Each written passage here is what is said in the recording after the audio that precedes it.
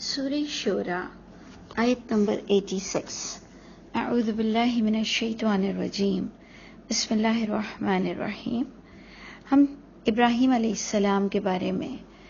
اس وقت آیتیں پڑھ رہے تھے کہ انہوں نے کس طرح سے عقل سے، بصیرت کے ساتھ اپنے باپ کو، اپنی قوم کو کس طرح مائل کیا، اور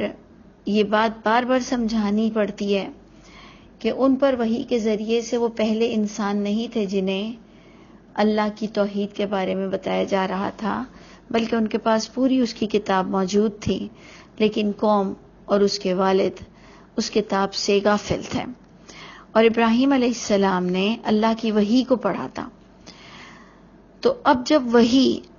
جس کو وہ باپ اور قوم بھی مانتی تھی، اور ابراہیم نے انہیں پڑھ کر بتایا، یقیناً جبھی تو دلیل پر انہوں نے کہا کہ یہ جن کو تم پکارتے ہو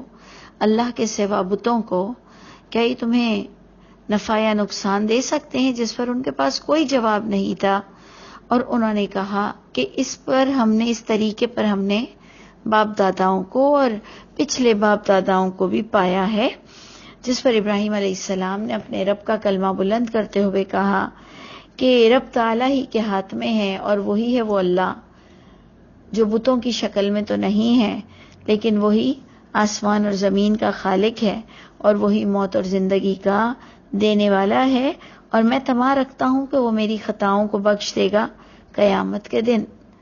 جس پر ہم نے پچھلی آڈیو میں اچھی ڈسکس کی تھی۔ اب وہ کہتے ہیں کہ اے میرے رب، مجھے نعمتوں والی جنت کا وارث بنائیے گا۔ اور یہاں پر جو بات آئی تھی وغفر لی ابی، اے اللہ میرے والد کو بخش دیجئے گا، جس پر ہم نے آپ سے کہا تھا کہ قرآن کی ایک آیت ہے کہ جس کا شرک، جس کا کفر تم پر کھل جائے اور تمہیں کنفرم ہو کہ یہ اللہ کا دشمن ہے یا اللہ کے ساتھ شرک کر رہا ہے، جو تم پر بات کھل جائے، جو تم نے دیکھا ہو، تو اس کے لیے بخشش کی دعا نہیں مانگ سکتے۔ گویا ہم اس کی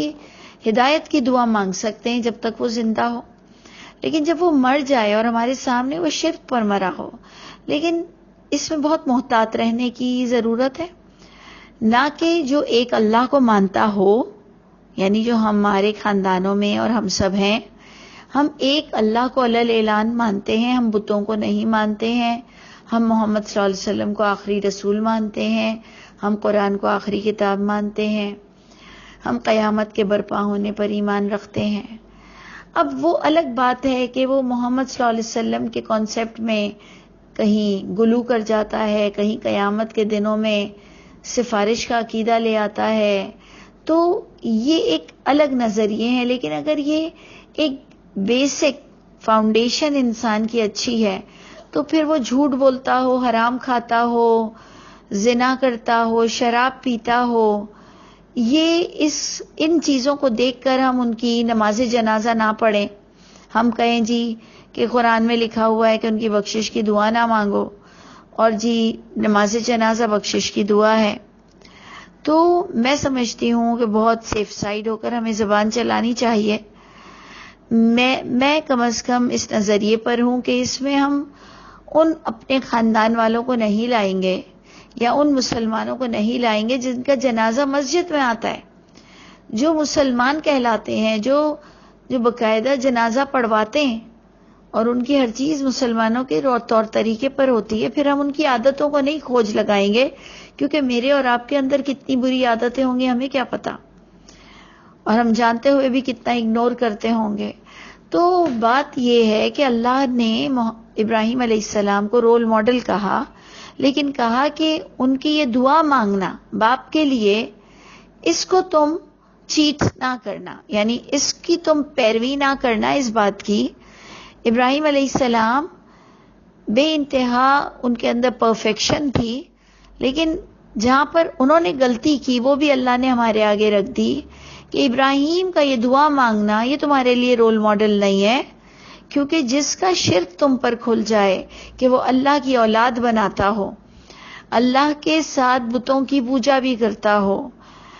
تو پھر ایسے لوگوں کے لیے بخشش کی دعا نہیں مانگی جا سکتی ہے۔ جو کہ ہم یہاں 86 سے شروع کرتے ہیں کہ انہوں نے کہا وغفر لی ابی، اے میرے اللہ میرے باپ کو بخش دیجیے گا، انہ کان من الضالین، وہ بے شک اسے ایکسپٹ کرتے ہوئے کہتے ہیں کہ بے شک وہ گمراہوں میں سے ہے لیکن انہیں بخش دیجیے گا، جس پر پھر اللہ انہیں تلقین کرتے ہیں اور پھر وہ اللہ سے رجوع رکھتے ہیں کہ اللہ تعالیٰ ان پر کلیئر کرتے ہیں کہ ابراہیم آپ اپنے باپ کے لیے دعا نہ مانگیے گا کیونکہ وہ کھلم کھلا مشرک ہے۔ تو اس لیے میں بار بار کہہ رہی ہوں کہ ہم اپنے والوں کے لیے، اپنے خاندان والوں کے لیے یہ ذرا اس معاملے میں یہ کہ جو آپ سمجھیں تو ایسا نہیں ہے کہ ان کے لیے ہم بخشش کی دعا نہیں مانگ سکتے ہیں، کیونکہ ہمارے رشتہ داروں میں، ہم مسلمانوں میں جو مسجد میں جس کی بھی میت آتی ہے یا جو ایک عام ملاقات کرتا ہے وہ اللہ کے آل الون اتھارٹی کا اقرار کرتا ہے، وہ قیامت کا اقرار کرتا ہے، وہ محمد صلی اللہ علیہ وسلم کو آخری رسول مانتا ہے، تو اس لیے تھوڑا سنبھل کر ہمیں یہ آیت کو سمجھنا پڑے گا۔ پھر وہ کہتے ہیں کہ وَلَا تُخْزِنِی،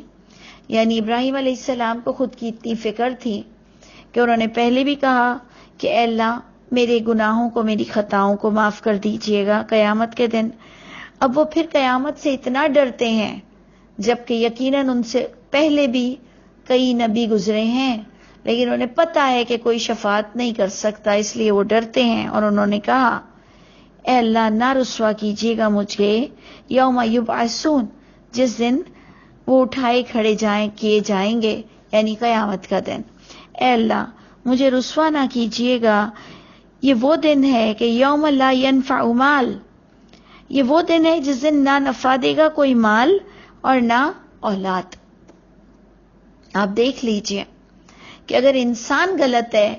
تو اس کا مال اور اس کی اولاد اس کے کام نہیں آئے گی۔ ہم کہتے ہیں اولاد صدقہ جاریہ ہے، نیک اولاد کا نیک والدین کے لیے صدقہ جاریہ ہے۔ یہ بات کو ہم نے سمجھ لینا ہے کہ ہر اولاد اور ہر والدین ایک دوسرے کے لیے بخشش کا سبب نہیں ہوں گے سوائے نیک اولاد اور نیک والدین۔ وہ قرآن بتاتا ہے کہ وہ ایک دوسرے سے ملا دیے جائیں گے، تو نہ اولاد کام آئے گی نہ مال کام آئے گا، الا سوائے انہی کے ہی یہ سب کام آئے گا من اتی اللہ بقلب سلیم، جو خود آئے گا اللہ کے پاس سلیمی قلب کے ساتھ، اس کا مال بھی اچھی جگہ لگانا اسے فائدہ دے گا اور اس کی نیک اولاد کی پرورش بھی اس کو فائدہ دے گی۔ من اتی اللہ بقلب سلیم، جو خود نیک ہوگا سلیمی قلب کے ساتھ، جو خود آئے گا، اس کی مال اور اس کے اولاد اس کو پھر جو دنیا میں اس نے خرچ کیا اور اچھی ٹریننگ دی،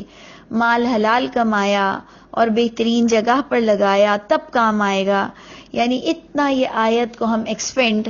اتنا کر سکتے ہیں کہ پورا دن لگ جائے، لیکن ہم شارٹ کٹ میں سمجھنا چاہتے ہیں کہ اچھی جگہ مال لگنا انہی کو فائدہ دے گا جو خود اچھے ہوں گے، کیونکہ آپ کتنی بھی مسجدیں بنا لیں، کتنی ہی کعبے کی تعمیر میں آپ فنڈز ڈال دیں، اگر آپ اور میں خود ہی برے ہیں تو ہمیں دنیا ہی میں اس کی جزا مل جائے گی، لیکن آخرت میں ایسے لوگوں کے لیے کوئی حصہ نہیں جو خود قلب سلیم کے ساتھ، سلیمی قلب کے ساتھ، یعنی اچھے نیچر کے ساتھ اللہ کے پاس حاضر نہ ہوں۔ یعنی جو خود اچھے نہ ہوں، ان کا دینا لینا اور ان کی اولاد کی نیک پرورش بھی ان کے کام نہیں آ سکتی، کیونکہ خود کا نیک ہونا بہت ضروری ہے۔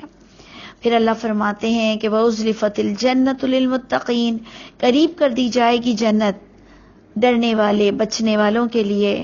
وَبُرِّزَتِ الْجَحِيمُ لِلْغَاوِينَ، اور باقاعدہ کھول دی جائے گی، ظاہر کر دی جائے گی جہنم گمراہوں کے لیے، وَقِيلَ لَهُمْ، اور کہا جائے گا ان لوگوں کے لیے، اَيْنَمَا كُنْتُمْ تَعْبُدُونَ، کہاں ہے وہ، اَيْنَمَا، کہاں ہے وہ جو کنتم تعبدون، جن کی تم عبادت کرتے تھے، جن کو تم پکارتے تھے، وہ کہاں ہیں؟ من دون اللہ، اللہ کے علاوہ بھی۔ هل ینصرونکم، کیا وہ مدد کر سک رہے ہیں تمہاری؟ او ینتصرون، یا وہ اپنی بھی بچت کر سکتے ہیں؟ تمہیں بچا سکتے ہیں یا خود اپنے آپ کو بھی بچا سکتے ہیں؟ اور پھر اللہ فرماتے ہیں فَكُبْكِبُوا فِيهَا، پھر سب وہ اوندھے منہ ڈال دیے جائیں گے اس جہنم میں، ہم والغاوون، وہ خود بھی اور سارے گمراہ لوگ بھی جہنم میں اوندھے منہ ڈال دیے جائیں گے، وجنود ابلیس اجمعون، اور ابلیس کا تمام لشکر بھی اس جہنم میں ڈال دیا جائے گا۔ قالو، کہیں گے، کون کہیں گے؟ وہ جہنمی، وہم فیہا یختصمون، وہ جہنمی وہاں اس جہنم میں آپس میں جھگڑ رہے ہوں گے، اور جھگڑتے ہوئے کیا کہیں گے؟ وہ اللہ تعالیٰ ہمیں کچھ سٹیٹمنٹ بتا رہے ہیں کہ وہ جھگڑتے ہوئے کہیں گے تاللہ ان کننا لفی ضلال مبین، اللہ کی قسم کھا کے کہیں گے کہ بے شک یقیناً ہم البتہ کھلم کھلا گمراہی میں تھے۔ کھلم کھلا گمراہی کس کو کہتے ہیں؟ اللہ نے اپنی کتاب کا نام بھی مبین رکھا ہے، اللہ نے جگہ جگہ والکتاب المبین کی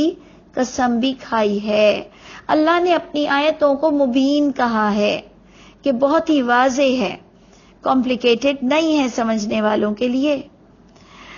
تو ہم مبین، ہم کھلم کھلا گمراہی پر تھے،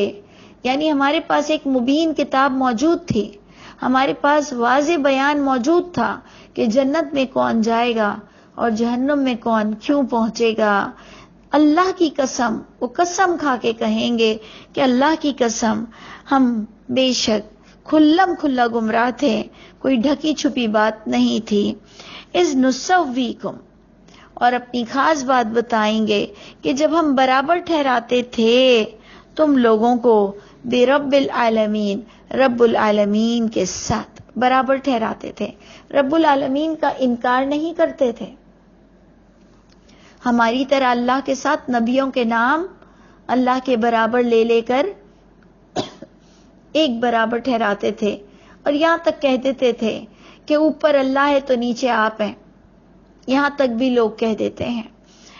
اللہ اور محمد ایک ہی لائن میں لکھ لیتے ہیں اور بتاتے ہیں کہ دیکھو یہ ہمارا عقیدہ ہے۔ تو اللہ تعالی ہم سب کو توفیق عطا فرمائے کہ اللہ تعالیٰ ہمیں بتا رہے ہیں کہ ان کو جہنم میں کیوں جانا پڑا۔ اذ نسویکم برب العالمین، سوا، یہ برابری کر دیتے تھے رب العالمین کے ساتھ۔ وما اضلنا الا المجرمون، اور نہیں گمراہ کیا ہمیں مگر ان مجرموں نے۔